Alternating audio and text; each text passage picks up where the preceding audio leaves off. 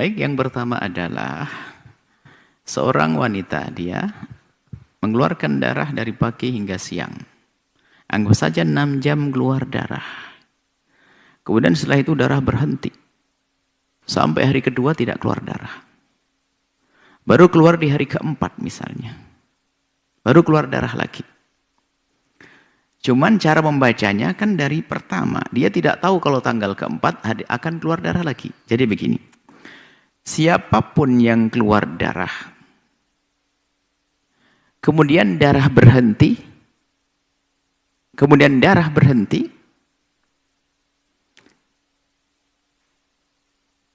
dilihat. Jika dia punya kebiasaan haid,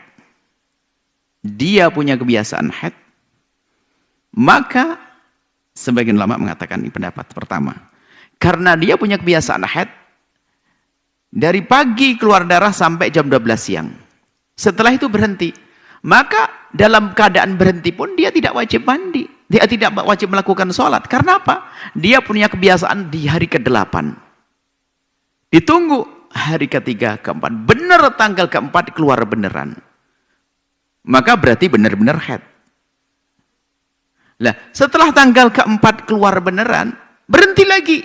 Ditunggu. Dia tidak wajib mandi. Ditunggu sampai hari ke-8. Setelah hari ke-8, maka jika ke belakang tadi dihitung darah sudah mencapai 24 jam, maka setelah hari ke-8 berhenti tadi dia wajib mandi. Karena sudah terbukti dia haid, karena sudah mencapai 24 jam. Jika ternyata di hari ke-8 tadi, dihitung hari pertama adalah 6 jam, hari ke-4 cuma 7 jam, 6:13. Setelah itu sampai hari ke-8, benar-benar berhenti, maka ditarik ke belakang, ternyata tidak sampai 24 jam. Maka setelah tanggal ke-8 tadi, maka dia langsung sholat. Cukup dengan wudhu, tidak pakai mandi. Karena apa? Belum terbukti keluar darah haid.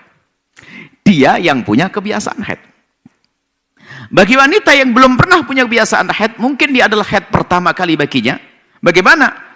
Setiap wanita yang keluar darah di hari mungkin haid, maka dia wajib berhenti. Tidak boleh melakukan sholat. Misalnya Anda seorang wanita, sudah umur 15 tahun, atau sudah umur haid, 9 tahun ke atas. Tiba-tiba keluar darah, maka Anda harus menduga ini darah haid. Tak tahu aja baru 5 hari kok berhenti. Bagaimana di saat saya berhenti? Anda boleh milih kok. Anda boleh di saat berhenti, Anda nggak usah mandi, nggak usah sholat, berhenti biar. Tapi Anda juga boleh memilih. Lah ini boleh memilih sedikit. Bukan pelik, sebetulnya hanya perlu konsentrasi saja. Karena apa? Bisa jadi adalah memang Anda tidak akan keluar darah haid. Maka setelah berhenti, hari pertama keluar darah haid cuma 9 atau 5 jam. Setelah 5 jam berhenti, bagaimana di saat berhenti darah saya? Nah, Anda tidak tahu bakal berhenti seterusnya atau tidak. Bakal berhenti seterusnya atau tidak. Kan begitu. Karena Anda tidak punya kebiasaan haid, nggak bisa ukurannya sampai kapan. Anda tunda dulu. Anda bisa menunda di sini. Anda tidak wajib sholat.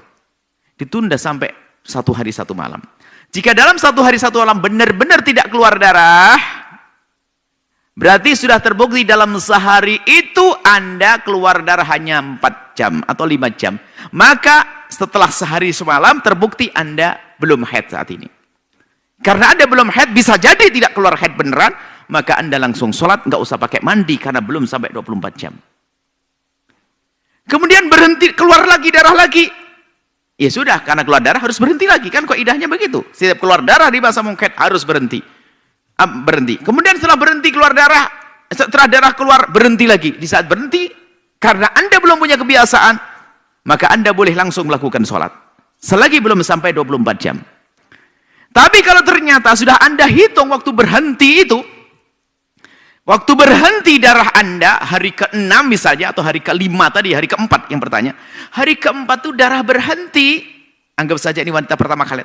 Dihitung ke belakang, ternyata sudah sampai 24 jam darahnya, maka dianggap dia sudah pernah haid, sudah haid, maka di saat berhenti, kalau ingin melakukan sholat, mengambil pendapat yang langsung melakukan sholat, maka dia wajib mandi karena sudah terbukti dia darah haid.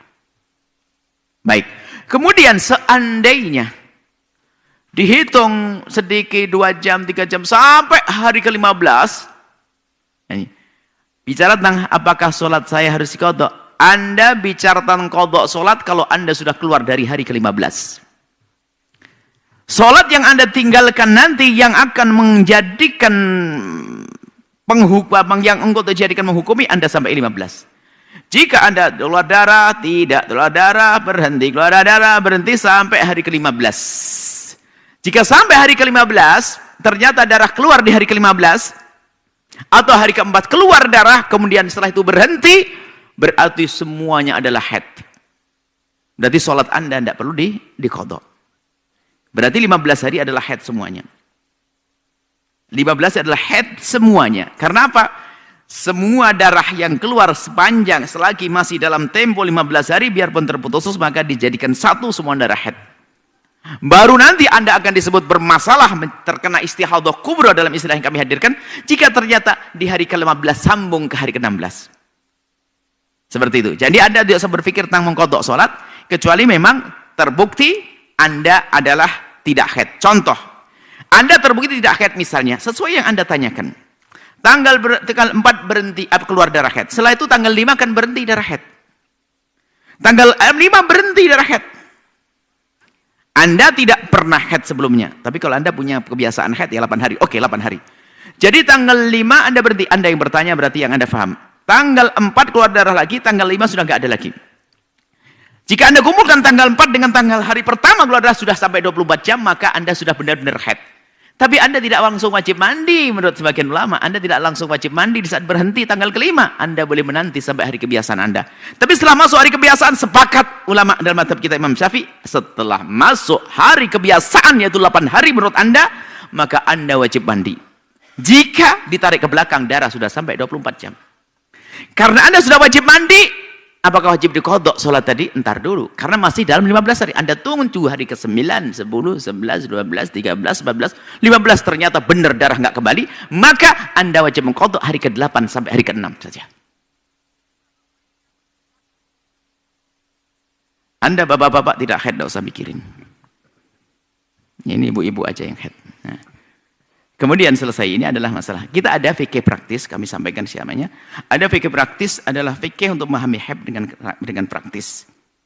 Biarpun nanti yang menjadi luas permasalahannya. Karena rumusnya sangat sederhana fikih haid.